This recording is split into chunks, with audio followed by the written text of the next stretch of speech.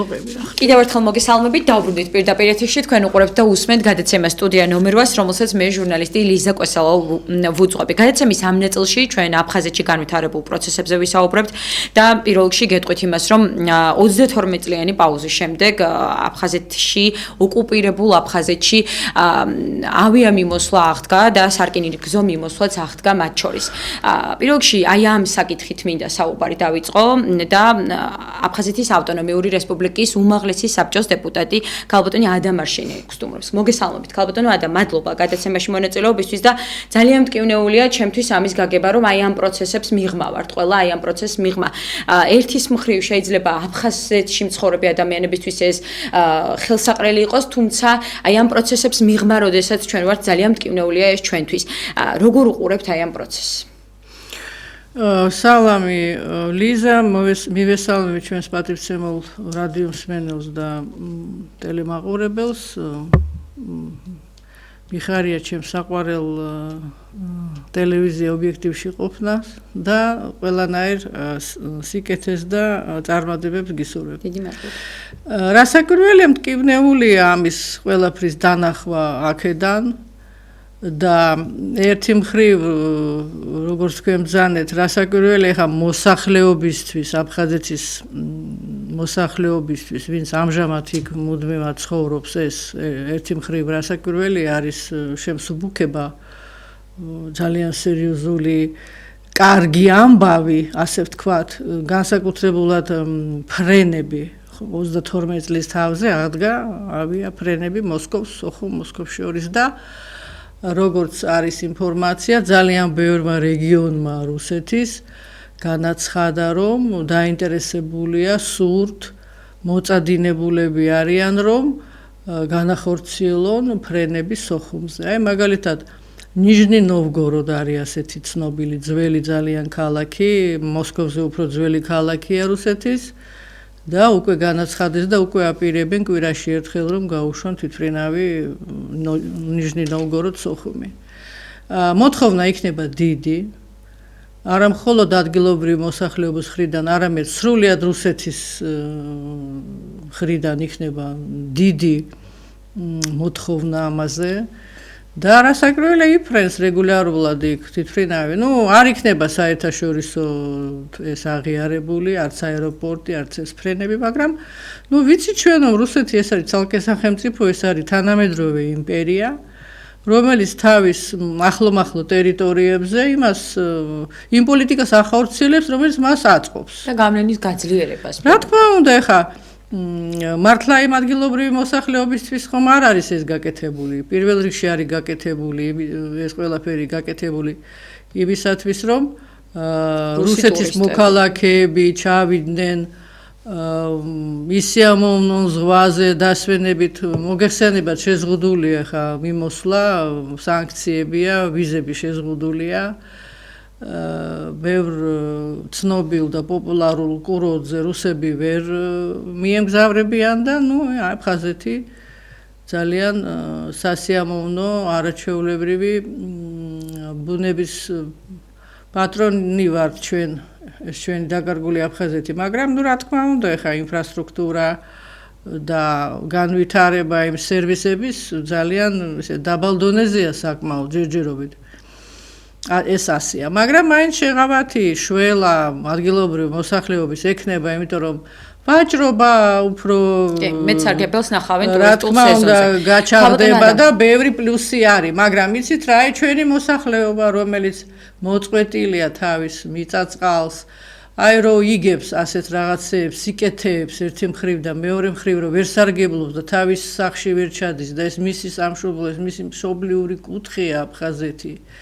და ეხა ერთმა მომწერა მე დავდე ჩემს Facebook გვერდზე ეს რეპორტაჟი როგორც საზეიმო ვითარებაში ხდებიან ამ მატარებელ სოჭი, სოხუმი, დიოსკურია და შეგვიძლია ვნახოთ ეს კადრები. გვაქვს თქვენ ეს კადრები, კი ბატონო, და მე კომენტირებას გავუკეთებ. შეგვიძლია ვნახოთ, კი ბატონო. თუ ხმით გადის არა, ნახავთ უბრალოდ კადრებს, მე ტექნიკურ ჯგუფს ვთხოვ, რომ აჩვენოს ეს კადრები, რომელიც გადაღებულია იქ, როდესაც ხვდებიან სარკინიგზო აღდგენას და ამის რეაქციები არის მოკლედ ნაჩვენები და მას ესწრებოდა სერგეი კირიენკო მათ შორის და ამაზე მინდა გკითხოთ, სანამ კადრებს ვნახავთ. რომ ეს არის თუ არა რუსეთის მხრიდან აფხაზეთზე ლეგიტიმაციის მინიჭების კიდევ ერთი მცდელობა. ნუ ლეგიტიმაცია არ არის პრობლემა, როდესღაც იქნება ფორმალურად იურიდიულად ლეგიტიმაცია ჯერ არ არის მანდ რუსული, მაგრამ ეს არის ძალიან მკაფიოდ გამოხატული ფაქტობრივი დაპყრობა აფხაზეთის ისე ხო დაპყრობილია.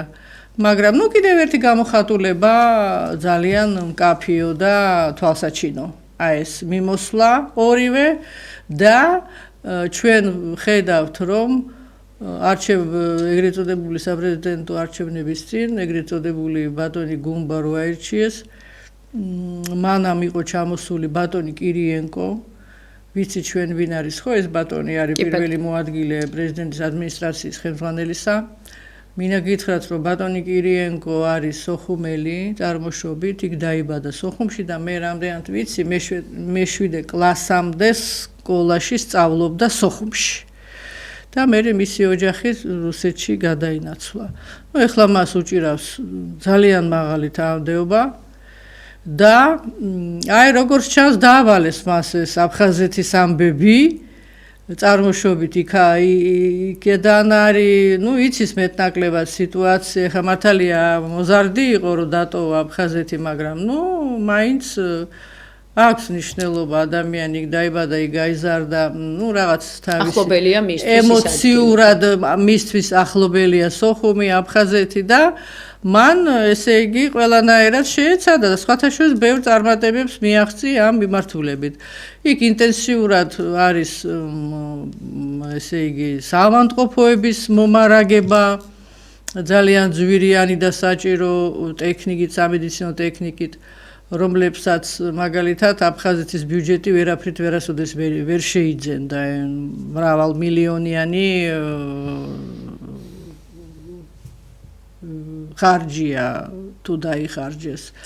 იქ არის ძალიან ბევრი ჰუმანიტარული სხვადასხვა სიკეთეები, რომლებიც განხორციელდა და კიდევ მომავალში აპირებენ. მოკლედ არის ინტეგრაცია, ფაქტობრივი ინტეგრაცია, სისტემატიური და ასეთი დაჩქარებული მიმდინარეობს რუსეთის ფედერაციასთან. ნუ რო დარჩება აი წმინდა სამართლებრივი როდესღაც გაფორმება. ნუ ამაზე ჯერ აფხაზები არ მიდიან და სასტიკი წინააღმდეგობა აქვს. ბატონ კირიენკოზე მე მინდა ვთქვა რომ როგორც ჩანს მას არამხოლოდ აფხაზეთის მიმართულება დაავალეს, ის საერთოდ მე მგონი არის ასე ვთქვათ ახალი კურატორი სრულიად კავკასიისა, იმიტომ რომ რამდენად ვიცი სომხეთშიც მალე გაემგზავრება, იქ აქვს რაღაცები დასალაგებელი. Ну, русულად ვიტყვი. Новый наместник Кавказа. აი ასე. მეფის პუტინის რუსეთის თანამედროვე მეფის წარმომადგენელი არის კავკასიაში ბატონი კირიენკო. ჩვენი სოხუმელი ესე იგი თანამოქალაქე. აი სოხუმის აეროპორტთან დაკავშირებით სახელმწიფო დონეზე რა განცხადება, რა შეფასება შეიძლება გავაკეთოთ, რისი საშუალება გვაქვს ამ ეტაპზე, რომ რაიმე ტიპის განცხადება. მე ვიცი რომ საგარეო უწყობამ დაგმოკი ბატონო, ამის იქით რა შეგვიძლია, იმიტომ რომ ძალიან ბევრი ადამიანი აღაშფოთა აი ამ ყველაფერმა და ჩვენ ძალიან გვაკვირვებს, ძალიან გვწყინს ის რომ უმოქმედოთ ვართ და არაფრის გაკეთება არ შეგვიძლია და რაიმე ჩარჩოში შეგვიძლია თუ არა შეფასება მივცეთ სახელმწიფო დონეზე აი ესეთ გადაწყვეტილებას. Ну, მე ვიტყოდი ჩემი ხრივ, რომ იცით რა, ნებისმიერი სიკეთე, რომელიც ხორციელდება ამა თუ ტერიტორიაზე მოსახლეობისთვის, მაშინ არის სიკეთე და მაშინ მიიღება სიხარულით და კმაყოფილებით, როდესაც ეს ეხება სრულიად მოსახლეობას, ლეგიტიმურ მოსახლეობას. რომელიც იქ ომამდე ცხოვრობდა, ეს მათი სამშობლოა, მათი მშობლიური კუთხეა. ეხლა წარმოედგინეთ, ასეთი რაღაცების გაკეთება მაშინ, როდესაც განდევნილია, თან სასტიკად განდევნილია აფხაზეთის მოსახლეობის უმრავლესობა და როდესაც ჩვენ უამრავი უმძიმესი ფაქტი გვაქვს ეთნიკური წმენდისა ქართველების აფხაზეთში, საერთაშორისო დონეზე 3-ზე არის განხილული და დამტკიცებული და მხარდაჭერილი. ასეთ ფონზე იცით რა, ნებისმიერი სიკეთე არის ცინიკურად ჟღერს და ძალიან საწყენად გამოიყურება. თუმცა ცხადია ჩვენ ისიც თქვით, რომ ეს სიკეთეა პრინციპში ადგილობრივი მოსახლეობისთვის, მაგრამ რუსეთის ფედერაციის მხრიდან რასაკვირველია, ეს არის მორიგი ცინიკური მოქმედება და ჟესტი და დემონსტრირება თავისი იმპერიული პოლიტიკისა. კი ბატონო, ეხლა და კიდევ რა ბოლოდროინდელი პროცესები შეგვიძლია განვიხილოთ აფხაზეთში მიმდინარე და რა ხდება იქ, რა მდგომარეობა ახლა, იმიტომ რომ ჩვენ ვიცით, რომ ახალი მინისტრთა კაბინეტი ყავთ, ვინ არიან ეს ადამიანები, როგორ აპირებენ, რა სტრატეგიით, თუ არის ჩვენთვის ცნობილი, რომ თქვა გააგრძელონ მუშაობა და ასე შემდეგ. ეს ახალი მომხდარია ყველაფერი, ინაუგურაცია ახლა ხანს იყო. არ არის გასული 2 თვეც კი არ არის ჯერ გასული და ჩვენ ვერაფერს ვერ ვიტყვით ისეც არაჩვეულებრივს, არც არაფერი ახალი სტრატეგია იქ არ არის და არც არაფერი ისევ აფხაზეთი არის ძალიან და ძალიან დამოკიდებული რუსეთის ფედერაციაზე ყველა სფეროში აბსოლუტურად და ბატონი კირიენკო იმიტომ იყო ჩასული არჩევნებამდე იქ, რომ ის ხალხი მოსულიყო ხელისუფლებაში აფხაზეთში, რომელიც თვალებში უყურებს კრემლს და რუსეთის ხელმძღვანელობას. ასეთი ხალხი მოიყვანეს ხელისუფლებაში და მოსახლეობა ამას ღიად საუბრობს ამაზე, უკმაყოფილოა, მაგრამ ამ ეტაპზე ვერაფერს ვერ ცვლის. და პირველი არჩევნები აფხაზეთში, როდესაც სომეხი ეროვნების მოსახლეობის ფაქტორმა ითამაშა გადამწყვეტი როლი. დიახ. ანუ სომეხი ეროვნების მოსახლეობის არჩევანმა განაპირობა ბატონი გუმბას არჩევა. ეს დიდი უკმაყოფილებით მაშინ იყო ეხლაც ძიმედ შეხვდა აფხაზეთის მოსახლეობა ამას პირუთვნელად უთხრეს ყველაფერი არ დაუმალია, საჯაროდ დააფიქსრეს პოზიცია, რომ ჯობია თავი შეეკავებიათ. ამ დროს სომეხ მოსახლეობას, ეს მათი თვალსაზრისი იყო აფხაზების, მაგრამ მოხდა ისე, როგორც კრემლს სურს და როგორც კრემლს აწყობს. გუმბარიანსაც კი უწოდებდნენ გუმბას. გუმბარიანსკი, დიახ. ესეთ სიტუაცია ჯერ, არ ვიცი, ვნახოთ, შემოიტანენ თუ არა, ალბათ შემოიტანენ რაღაც მომენტში, რა დროს იქნება ეს, არ ვიცი, ძალიან არ დააყოვნებენ ალბათ იმ ცნობილ კანონ პროექტს ინვესტიციების თაობაზე. ალბათ რაღაცას შეასწორებენ, ძალიან კარდინალურად ალბათ ვერ შესწორდება, იმიტომ რომ აზრი არ აქვს მაშინ მიღებას.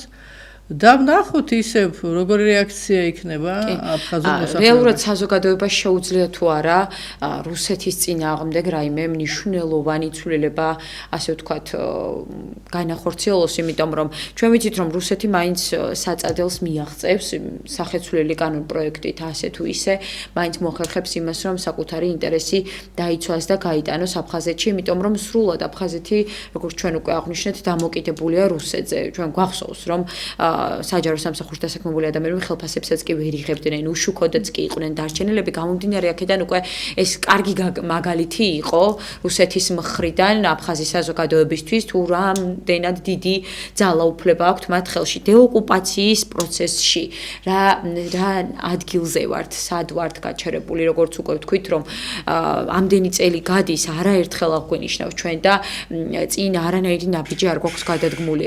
აი ამ პროცესში სად ვართ? ვართ ქალბატონო და იმიტომ რომ ძალიან ბევრი დევნილი გვყავს რომელიც ოჯახში დაბრუნებას ელოდება თუმცა აი ამისთვის რამე შეიძლება გავაკეთოთ ხო და ეს დევნილი რო ელოდება ოჯახში დაბრუნებას იმ დევნილმა ცოტა უნდა გაიბრძოლოს ამისთვის რა და რა სახის უნდა იყოს გეტყვით ეხლა მე ბევრჯერ მაქვს ეს ნათქვამი და 30 წელი ამას ვამბობ ეხლა გავბრაზდი უკვე რა დევნილები ვზივარ და ველოდებით როდის დაგვაბრუნებს შესანიშნავი მთავრობა ჩვენ სახში აფხაზეთში არ არის ასე არ ხდება ხო ხედავთ რომ არ ხდება ის ვინც ოცნებას მიეცით ხმა მიდით და შეეკითხეთ როდის დაბრუნდებით აფხაზეთშიო გიპასუხებენ ვერაფერს ვერ გიპასუხებენ სადა ვართ ჩვენ ოკუპაციის საკითხში და არსად არა ვართ ოკუპაციის საკითხში და საერთოდ აფხაზეთის საკითხში არსად არა ვართ ჩვენ არსად არა ვართ კატასტროფა არის ირგვლივ და ყველა საკითხში და ყველა სფეროში შექმნილია რაღაც სტრუქტურები რომლებიც ფორმალურად არიან დაკავებული აფხაზების და არიან უბრალოდ მოლაპარაკე თოჯინები არ მინდა ხა დავასახელო დიდი სიმპათიებით ვარ იმ ქალბატონის მიმართ მაგრამ არ მიაქვს მოლაპარაკე თოჯინა მორჩა დამთავრდა ესე იგი ლამაზ ფრაზებს ვსაუბრობთ დავარცხნილს ვიღაც ჩინოსნებს ევროპიდან რომ მოეწონოს აი ეს არის მთელი ჩვენი აფხაზეთისთვის ბრძოლა და დევნილებს მინდა მივმართო რამდენი წელია მოგმართავთ რამდენი ათეული წელია მოგმართავ და არ შევიდა ეს ჩვენს შეგნებაში და რა ვქნათ გასაკვირია გაუგებარია მიუღებელია ამდენი ხალხის გამოდევნა ამ ხელა რეგიონიდან ასეთ დღეში ვართ ჩვენ ასეთ ბედქვეშ ვართ ჩვენ ამდენი ხალხი ამდენი ათეული წელი და როგორ მოხდა რომ ერთი მე არ ვამბობ პოლიტიკური პარტია ეს რთულია და სხვა რაღაცეები უნდა იქ საზოგადოებრივი მოძრაობა მაინც როგორ ვერ შევქმნით ძლიერი რაღაც უამრავი სისულელი ორგანიზაცია რო შევქმნი და რას ვაკეთებთ მას ერთმანეთს უყვებით რა კარგად ცხოვრობდი ჩვენ აფხაზეთში და ველოდებით კარგ და მშვენიერ მთავრობას რომელიც ჩვენ ავტობუსში ჩაქსვავს როგორც იმ კლიპშია სააკაშვილის დროს გადაღებული და წაგვიყვანს უფასო ბილეთს მოგცემს ხელში აფხაზეთში შენ მიწა წყლისთვის უნდა იბრძოლო და არა მხოლოდ იარაღით ხელშიც და ყველანაირი ფორმებით აი რა ფორმებზე გვაქვს ქალბატონო და საუბარი სიღრმისეულად თუ შეიძლება რომ გავშალოთ მე 30 წელი ამ ფორმებზე ვლაპარაკობ 30 წელია თუნდაც ეს რაც მე ახლა ვახსენე ხელისუფლებამ ნებისმიერმა ეს ქართულ ოცნებას არ ეხება მხოლოდ ეს ეხება ნებისმიერ ხელისუფლებას უნდა აჩვენო დევნილებო უნდა ვაჩვენოთ რომ ჩვენ ვართ ბევრნი ჩვენ ვართ გაბრაზებულნი ჩვენ გვინდა სახში დაბრუნება და მოწადინებულები ვართ ამისთვის და ყველაფერს გავაკეთებთ იმისთვის რომ ეს მოხდეს ჩვენ ამას ამ მზადყოფნას ამ წადილს ჩვენსაც არ ვაჩვენებთ მთავრობას და ხელისუფლებას ის რომ ჩვენ ერთმანეთში ამას ვწუწუნებთ და ვტირი ვართ 27 სექტემბერს ეს არ არის საკმარისი ძალა უნდა დაინახოს ორგანიზებული ძალა ფიზიკურად ორგანიზებული ძალა, როდესაც თუ რამე ვინმე ჩინოვნიკმა დააშავა, მიადგება ერთი 5000 კაცი და მოსთხოვს პასუხს. და არა Facebook-ში ლანძღვაგინებები. კი ბატონო, ეს მოქმედებს სხვა ყველა მნიშვნელოვან საკითხზეც ალბათ ერთი და იგივე არის პასუხი, რომ ადამიანებმა უნდა ჩვენ თვითონ მოვიღოთ. დავიღალეთ, მაშინ ვთქვათ. დავიღალეთ. არაფრის თავი არა გვაქვს და ნუ ვწუწუნებთ. მე ნუ მეკითხები და ჩემთან ნუ ჩივი ხარ და ნუ ტირი ხარ. როდის დაბრუნდებით აფხაზეთში და ბევრი მეუბნება უკვე. დიდი ხანია მეუბნებიან. მე აუგზალი ამაზე საუბარი და ეხა გაჩერდნენ. ქალბატონო, და რაზე ნერვიულობ თქვენ იმაზე, რასაც ვერ შეცვლით. წაგვართვა რუსეთმა აფხაზეთ რა ვქნათ? რა ვქნათ? ხო და ისეთმა ადამიანებმა საერთოდ არასოდეს არაფერი არ თქვა, რომ სახში გვინდა დაბრუნება და დაბრუნება რო იქნება, ვიცი რომ პირველები გაიქცევიან.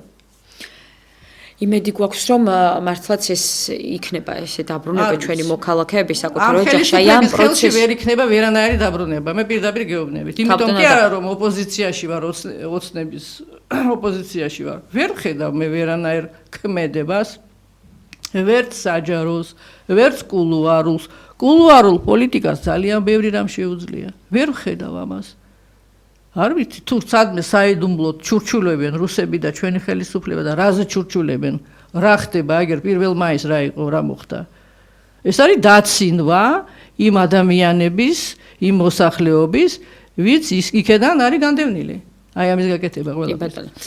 მე მესმის და ძალიან მტკივნეულია მართლაც ეს თემა თქვენთან ერთად როდესაც ასე ემოციურად უყურებთ ამ ყველაფერს.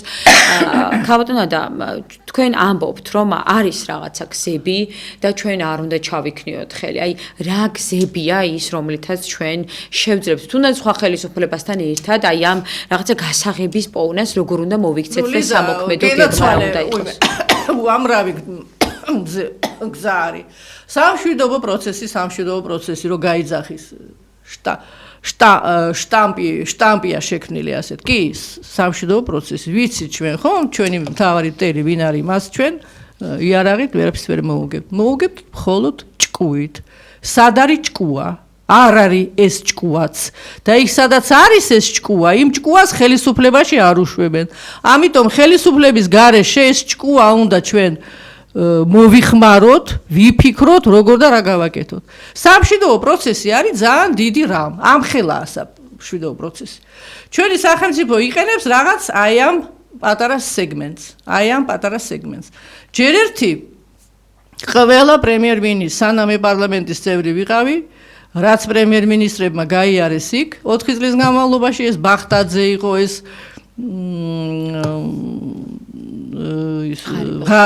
ღარიბაშვილი იყო ჩემ დროს? თქვენს დროს. არა. 3 პრემიერი იყო, მოკლედ გახარია, ბახტაძე და კვირიკაშვილი. კვირიკაშვილი იყო პირველი, რომელსაც მე უთხარი რომ პირველად მისი მოსმენება რომ ქუთაისში მოვისმინე, როგორც პრემიერ-მინისტრის კანდიდატი იყო მაგრამ 24 საკითხად კი არ უნდა ახსენოთ და ისაუბროთ ქვეყნის გამთლიანების საკითხზე და ოკუპირებულ ტერიტორიაზე. თქვენი როგორც მომავალი პრემიერ-მინისტრის მოხსენება უნდა იწყებოდეს ოკუპირებული ტერიტორიებით და მე სხვა დანარჩენი უნდა მიყვეს ამას. ამაზე არაფერი არ მიპასუხა, თავი კი დახარა.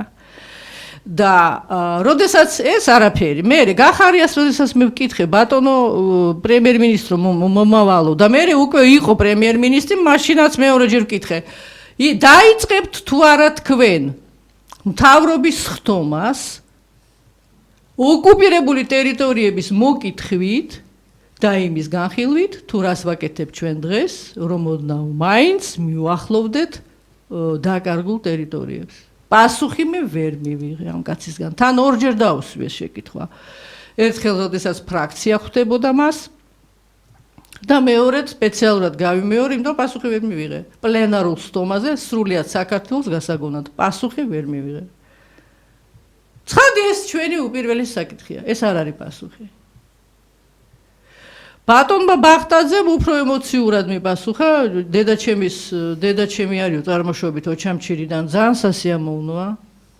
მე რა ეს არის პასუხი სახელმწიფოებრივი ჩემ შეკითხვაზე? რას აპირებ და როგორ აპირებ? მოკლედ, მე მათ მივმართე და უთხარი რომ მთელი სახელმწიფო მანქანა და სტრუქტურები უნდა იყოს გადართული და მიმართული იმისთვის რომ დღე და ღამე იმუშაონ, იფიქრონ, იღვაწონ რომ ოდნავ მაინც მივახლოვდეთ ოკუპირებულ ტერიტორიას. აი, მთელი სხეული სახელმწიფოსი ხალხიც უნდა იყოს სხვადასხვა ფორმებით ამაში ჩართული. ტელევიზია ჩვენი რას გავს? რით არის ჩვენი ტელევიზია დაკავებული? რა სისულელე გადაცემებით არის გადავსებული? გარდა უმთავრესისა, გარდა უმთავრესი თემისა. რთული თემაა, ასეა ეს, მაგრამ რა ვქნათ, ქვეყნის გამთლიანება რთული და მძიმე თემაა. კი ბატონო. უამრავი ფორმები არსებობს. ლიზა, მე ბევრჯერ ამის სტუდიიდანაც ვთქვი, უამრავი შესაძლებლობები არის. ცხადია ხა რუსეთთან შედარებით საქართველოს რა შესაძლებლობები აქვს, ვიცით ჩვენ, მაგრამ ტვინი, ჭკუა, აი ერთადერთი რაც ჩვენ შეგვიძლია კარგად მოვიხმაროთ და ამას არ ვაკეთებთ. რესურსი ჩვენ არა გვაქვს. ჩვენი გონება, მეტი რა სხვა არაფერი და თუნდაც მაგალითად იგივე მე ვთქვი, კიდევ ვიმეორებ, ყველაზე მძიმე შედეგი ამ კონფლიქტის არის ის, რომ ახალგაზრდები ერთმანეთს არ იცნობენ, ერთად არ იზრდებიან და ერთმანეთზე იციან მხოლოდ ცუდი. კი, განწყობები საკმაოდ მძიმე მოსასმენია. ამიტომ მე მამა ჩემიც იგივეს ამბობდა. ამიტომ მე ეს სეგმენტი ავიღე ჩემ თავზე. მეც არა მაქვს ხა რა საშუალები მე მაქვს. მე მაქვს ჩემი ხელფასი. მორჩა დამთავრდა, მაგრამ ნუ სტატუსი მაქვს რაღაცა. თავარწმუნე ჩვენი აფხაზეთის მთავრობა, გამიგესმათ, ადრე პრეზიდენტებთან ვიყავი შესული, ბევრმა გამიგო, ბევრმა დაგვეხმარა და მე მაგალითად პატარა ჯგუფები, იმიტომ რომ საშუალება არ არის, არა და ეს სახელმწიფომ უნდა გააკეთოს ფართო მასშტაბიანად. აფხაზ და ქართველ ახალგაზრდებს ვახვედრებ ერთმანეთს და სადღაც ერთი კვირა ისინი ერთად არიან. სპეციალურად ჩვენ მათ ვაძლევთ საინტერესო დავალებას, ერთად ამზადებენ მოხსენებას, აი მაგალითად ასეთი თემა აქვთ მათ მოსამზადებელი. რა გვაახლოებს ჩვენ და რა გვაშორებს ჩვენ. აი ასეთი თემა არის მოფიქრებული და ბავშვები დიდი სიამოვნებით ერთვებიან ამ თამაშ ურთიერთობაში.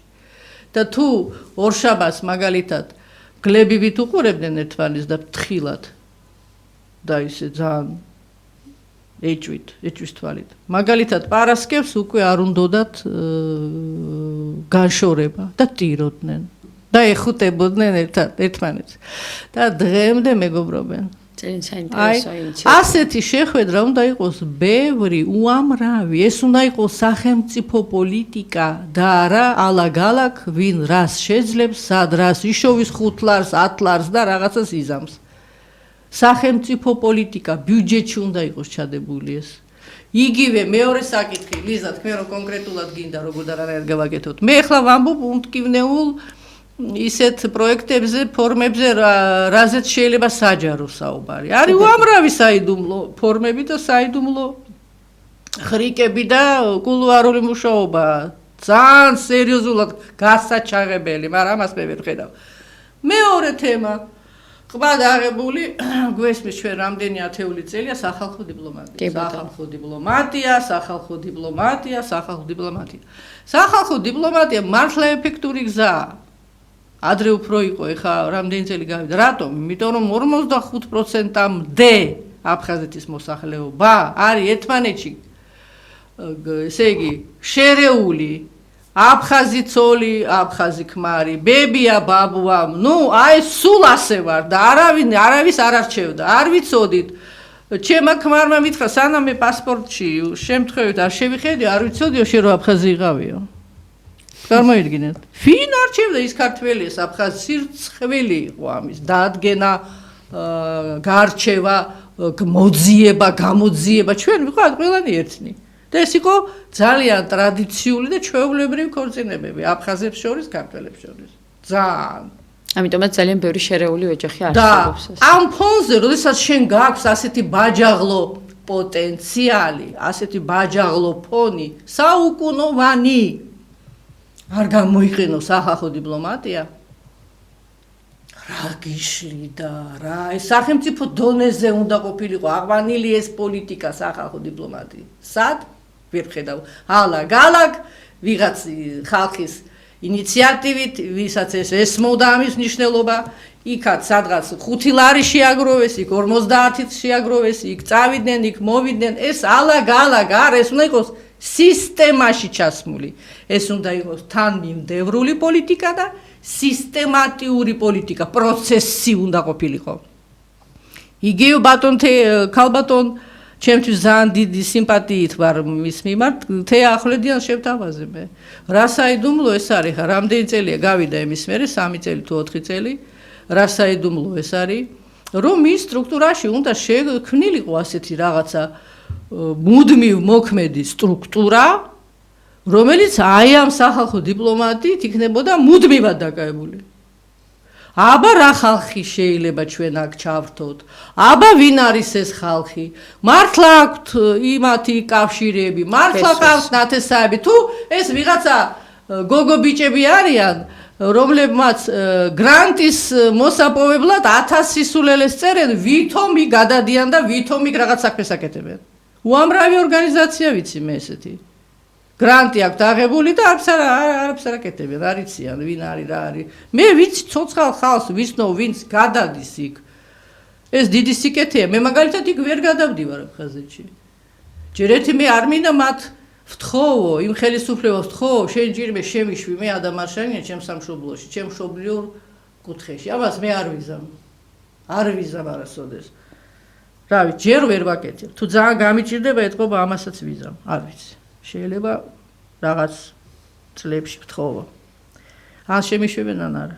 არის ხალხი, ვინც იქ გადმოდის, გადადის, არ არის პრობლემა, არ ომია რაღაცა, პოლიტიკაში არ არის.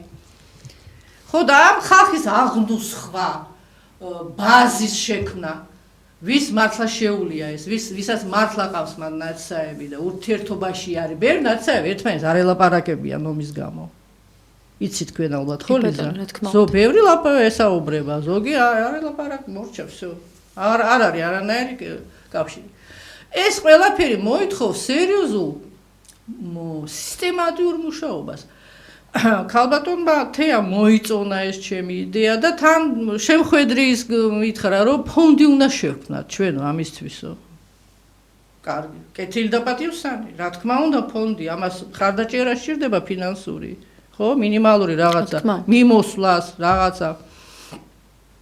ხო, კარგი იდეა, ცუდი რა არის აქ? დარჩა იდეა. მე всё არაფერი.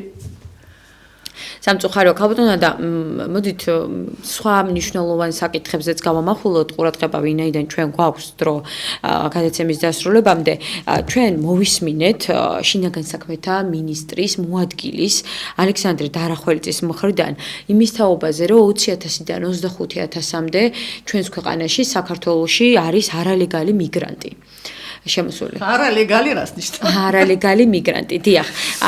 აი როგორ უყურებთ აი ამ საქმეს? მე ვიცი რომ თქვენ ძალიან პატრიოტი ადამიანი ბრძანდებით და თითოეული არ არსებობს ისეთი საკითხი, ასეთი ეროვნული საკითხი, რომ თქვენ არ დაინტერესდეთ. ამიტომ არის თუ არა ეს საგანგაშო, როდესაც ჩვენ ვიცით, რომ როდესაც არალეგალი მიგრანტი ყავს ქვეყანას, ის ვალდებულია მას უფასო ჯანდაცვა მისცეს, უფასო განათლება მისცეს, ისევე როგორც დევნილებს 45 ლარიანი დახმარება, მათაც ეს შემწეობა უნდა მისცეს აუცილებლად და თუ ამის საშუალება საცხოვრებელი ფართიდაც უნდა უზრუნველყოს. აი გარდა ამისა ეს უხეში დათვლით 20-დან 25.000-მდე, რაც ჯერჯერობით არ არის ამის სტატისტიკა აღრიცხული, რაც მოვისმინეთ ჩვენ. გარდა ამისა, ვიცით რომ კიდევ დამატებით 16 ქვეყანას, 17 ქვეყანას და 17 ქვეყნის მოქალაქეს მისცეს უფლება, რომ საქართველოში უვიზოთ შემოვიდნენ. ეს არიან უღარიბესი ქვეყნის წარმომადგენლები.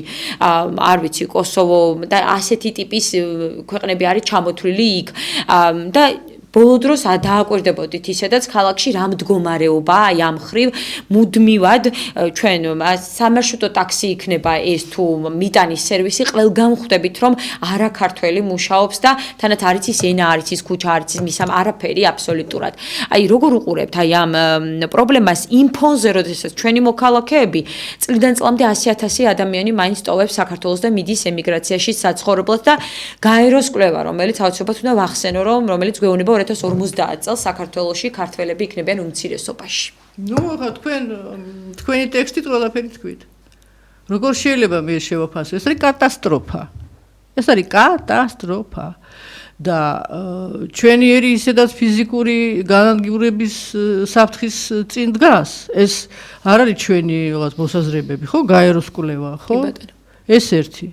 მეორე, ეტყობა ამ ხელისუფლებას რაღაცა შავბნელი ვალდებულება აქვს აღებული, რომ შემოუშვას ეს ხალხი აქ. რის ფასად, რატომ, რისთვის, რატო დათანხმდნენ ამაზე. ეს არის გასარკვევი. ხო და პარლამენტში უნდა იხილებოდეს ეს საკითხი სასტიკად. მე პარლამენტი როგორი ერთპარტიულ პარლამენტში ესეთი საკითხები განიხილება? არ განიხილება. მე მაგალითად დავაყენებდი ამ საკითხს. რა ხდება ბატონებო, რა ხდება? რამე ვალდებულება გვაქვს აღებული? ავიღეთ ეს ვალდებულება რატომ? ჩვენ საპასუხოდ რას ვიღებთ ისეთ არაჩვეულებრივს, რომ ასეთ კატასტროფას უშვებთ ჩვენ ქვეყანაში. მე მგონი არაფრის ფასად ეს არ უნდა ხდებოდეს. ამიტომ, რა ვიცი, მივმართოთ ჩვენს მოსახლეობას, ხალხო გძინავს ჩვენ თუ რა ხდება. თუ ველოდებით იმას, რა ქვია, ლიდერს ყოჩი ხო? თუ მზე ქალას, თუ მზე ჭაბუკს ველოდებით. თვით ორგანიზება ეს სიტყვა არ ვიცი, ჩვენ რო არსებობს ქვეყანაზე? სადაა ჩვენი პროტესტი, სადაა ჩვენი აღშფოთება იმაზე სოციალურ ქსელებში? უკაკუნებთ ერთმანეთს ეს ასეთმა და ისეთმა ხელისუფლებამ რა დაუშვა და რას გვიკეთებს და რას აკეთებს? როდემდე ვიყოთ ასე? რა ვიცი, მე მზათა ვარ, მე ჩემი თელი ახალგაზრდობა ქუჩაში გავატარე. ეხლაც არა ვარ პატარა ადამიანი გოგო ძალიან უკვე და მზათა ვარ პროტესტისთვის. კიდევ ერთი მნიშვნელოვანი. არა, როგორ შეიძლება ამის დაშვება? არა ლეგალი რას ნიშნავს? არა ლეგალი ეს ნიშნავს, რომ უკანონოდ შემოვიდა და ვინ შეუშვა? რა მე ვდგავარ თუ თქვენ ლიზა საზღვარზე? თუ სახელმწიფო სტრუქტურებით განან საზღვარზე? და მე ეს მოხსენება რო გააკეთა, მე რა მიაყოლა ამ მოხსენებას? კი, რა მიაყოლა ამაზეც საქართველოში შემოუშვეს ასევე მისივე ინფორმაციით უკრაინის ციხეებიდან ვადაზე ადრე გათავისუფლებული. და მე სად ვიყავიო? მე სად ვიყავიო, რომელსაც უშუალოდ ეს მეხება. გვიყვება ჩვენ რო ეს მოგვივიდა ჩვენ თავს, გვეძინა შინაგან საქმეთა სამინისტროს, თუ ეს მათ უწყებას არ ეხება, ჩვენ ამას რატო გვიყვება? რა თვალსაზრისით გვიყვება? ეს რა დაგვემართა ამ თვალსაზრისით გვეუბნება? შენ სად იყავი თქო? არავინ არ ეკითხება მინისტრის შინაგან საქმეთა მინისტრის მოადგილეს? აი, რამდენად დიდი საფრთხეა ქალბატონო ეს, რომ ქალბატონადა რომ მძიმე დანაშაულებში, ასე ვთქვათ, მხილებული ადამიანები, სამართლე ადამიანები. რატომ გჭირდებოდა ეს ხალხი ჩვენ აქ? ეს არის საუბარი მაშინ, როდესაც რუსეთ-უკრაინის ომი დაიწყო და შემდეგ გაათავისუფლეს ციხეებიდან ადამიანები, ისინი მხოლოდ გათავისუფლების ფურცლით ხელში გადმოვიდნენ საზღვარზე, მოკლედ ესეთი სურათი გვაქვს მარტივად რომ ვთქვათ. და რატო შემოუშვეს? შეეცოდა, იმიტომ რომ უკრაინელები იყვნენ, შეეცოდნენ თუ რა? იმიტომ რომ თუ ჩვენ არ მივიღებდით, ესე იგი პირდაპირ ვუშვებდით, რომ ომში ჩართულიყვნენ. აი ასეთი ტიპის დაახლოებით, ასეთი ტიპის განცხადება. რომელ ომში ჩართული? რუსეთ-უკრაინის ომზეა საუბარი. ჩართული თუმცა ეს არის ფაქტი, რომელიც საბოლოო ჯამში არ მგონია რომ კარგად აისახოს. არა, იცით რა, ეს ფაქტები მეტყველებს იმაზე, რომ ჩვენი ხელისუფლება არის აბსოლუტურად მოღალატური, აბსოლუტურად არაეროვნული და შავბნელი გარიგება მორიგებებით მუშაობს და ცხოვრობს. აი, ამის თქმა შემილია მხოლოდ მე და ნუ არ ვიცი, აბა რა უშველოთ ამ ხალხს ჩვენ, რომლებიც უკვე თავს გავიდნენ, არ ვიცი აბა. აი დადის ეს ახალგაზრდობა დღე და ღამე ქუჩებში და მე რა, არაფერი. არ ვიცი, აი ვფიქრობ დღე და ღამე როგორ და რანაირად შეიძლება უშველოთ ჩვენ იმ სიტუაციას, რომელიც საქართველოში სუფევს და ვერაფერი ვერ მომიფიქრებია. კი ვესაუბრები პატრიოტ ხალხს, პატიოსან ხალხს, რა ვქნათ, როდის ამოვიღოთ ხმა, რა მოვიმოქმედოთ, რა გავაკეთოთ. რა ვიცი, ბევრს მიაჩნია, რომ რაღაცებს უნდა დაველოდოთ და რას უნდა დაველოდოთ, მე არ მესმის. ქალბატონადა, სოციალური მდგომარეობა ჩვენ ქვეყანაში არსებული და ეკონომიკური მდგომარეობა მათ შორის. და წლების განმავლობაში, როდესაც ვხედავთ, რომ არ იცვლება ფასები საკვე პროდუქტზე, როდესაც საუბრობთ ჩვენ ამაზე, რომ ადამიანები უფრო უნდა გამოხატავდნენ პროტესტს ასეთ საკითხებზე, არის თუ არა ეს ერთადერთი და ყველაზე მნიშვნელოვანი საკითხი, ერთ-ერთი ყველაზე მნიშვნელოვანი საკითხი, ჩვენი სოციალურ-ეკონომიკური მდგომარეობა და ის ფასები, რომელიცაც ვუძლებთ თითოეული მოქალაქე საქართველოში, იმიტომ რომ ალბათ შვეიცარიაშიც არ არის ასეთი სიძვირე, როგორც მაგალითად ჩვენთან სუპერმარკეტებში ან ბაზრებში. ნუ, იცით, პრინციპში ეს ისეთი საკითხია, რომ ეხება აბსოლუტურად ყველა ოჯახს და ყველა ადამიანს. მაგრამ ეხა საქართველოს ისტორია ჩვენ გვიჩვენებს, რომ ამ თემაზე და ამ საკითხზე ჩვენთან არასოდეს სერიოზული გამოსვლები არ იყო რადგან რაღაც. ჩვენ სხვა რაღაცნაირი ემოციის ხალხი ვართ. ხო და ეხლა მე მინდა გითხრათ, რომ მე არა მაქვს პატარა ხელფასი. მართლა საკმაოდ მაღალი ხელფასი მაქვს და მე მინდა გითხრათ, რომ ძალიან და ძალიან ვიგრძენი ეს ფასები მომატებული საკვებზე. და პრინციპში რა კომუნალურებს ვიხდი საკვები, ყველა ადამიანს ბანკის ვალი აქვს და მორჩა ჩემი ხელფასი. ხო და რეგულირება არ არის. სახელმწიფომ უნდა დაარეგულიროს ფასები ყველაზე საჭირო პროდუქტებზე ადამიანისთვის. ეს უნდა იყოს კანონი, ეს არ არის შეზღუდვა ბიზნესის და ბიზნესმენების, მათაც უნდა ესმოდეთ ამ ბიზნესმენებს, რომ ეს არის ფუფუნება, ეს არის ადამიანის სიკვდილსიცოცხლის საკითხი, კვება და რით ვიკვებებით ჩვენ, ეს საერთოდ ცალკე საკითხია და ამას არ მინდა შევეხო საშინელი რაღაცეებით ვიკვებებით. იმიტომ ასეთი ავადმყოფობები ძალიან მძიმე და ცუდი გავრცელებული და არ აკეთებს ამას სახელმწიფო ხელისუფლება. კიდევ ერთხელ ვამბობ, რომ არ ახართ ხალხო თქვენ ეროვნული ხელისუფლება. ომი არ დაუშვით ჩვენო, რა კარგები ვართო. ეს არის თვით გადარჩენის ინსტინქტი, ომი რო არ დაუშვით. რა გააკეთეთ არაჩვეულებრივი. ნებისმიერი კარგი ხელისუფლება ასე მოიქცეოდა თუ მაინც და მაინც ნაციონალურ მოძრაობას არ შევედარებით. თავი დავადებოთ კარგ ხელისუფლებას. ნებისმიერი ნორმალური ადამიანი თუ ის არ არის შიზოფრენიკი, მასში ყველაზე ძლიერი ინსტინქტი რომელია თვით გადარჩენის. არ ვიცი ხა ბომბები დავიშინოთ ჩვენ თავზე ხელოვნურად. მაშინ დამთავრდა ყველაფერი და ეხლა რა ისეთი არაჩვეულებრივი ის გააკეთეს ამ ქართულმა ოცნებამ, რომ თავი მოწონთ, ომი არ დაუშვით. ხო და თქვენ თავებზე ბომბებს დაუშვებდით? არ დაუშვით ომი, აბა რა ჩვეულებრივი ამბავია. ჩემთვის ეს არ არის არანაირი დამსახურება ქართული ოცნების და არ არის რაღაცა გამოჩენილი და გენიალური პოლიტიკის გატარება. ეს არის ჩვეულებრივი ამბავი თავის თავზე, რომ არ დაიშინეს ბომბები. დიდი მადლობა. თავის თავებზე იფიქრეს პირველ რიგში და მე ალბათ დანარჩენ მოსახლეობაზე. თუ გაიქცეოდა ყველა ერთად ერთი თვითფრინავით, მე არ ვიცი. რა გამოჩენილი პოლიტიკა გაატარეთ ეხლა თქვენ, რომ ბომბები არ დაიშინეთ თქვენ თავზე ეს? აბა მე ხელისუფლება ვის დარჩებოდა? ხელისუფლებათი ხო უნდა დატკბეთ თქვენ. ხო და რა გინდათ ომი და ბომბები, რა არ გინდათ? კაპიტანე და რა ეშველება აი ამ მდგომარეობას, რომელშიც არის ჩვენი ქვეყანა, უკვე კარგა ხანია რა გვეშველება, არაფერი არ ეშველება ლიზა, გარდა აი ამის. საერთოდ პოლიტიკური პროცესი მიმდინარეობს ახლა შეგნება, ტვინი და შეგნება და სინდისი ადამიანის.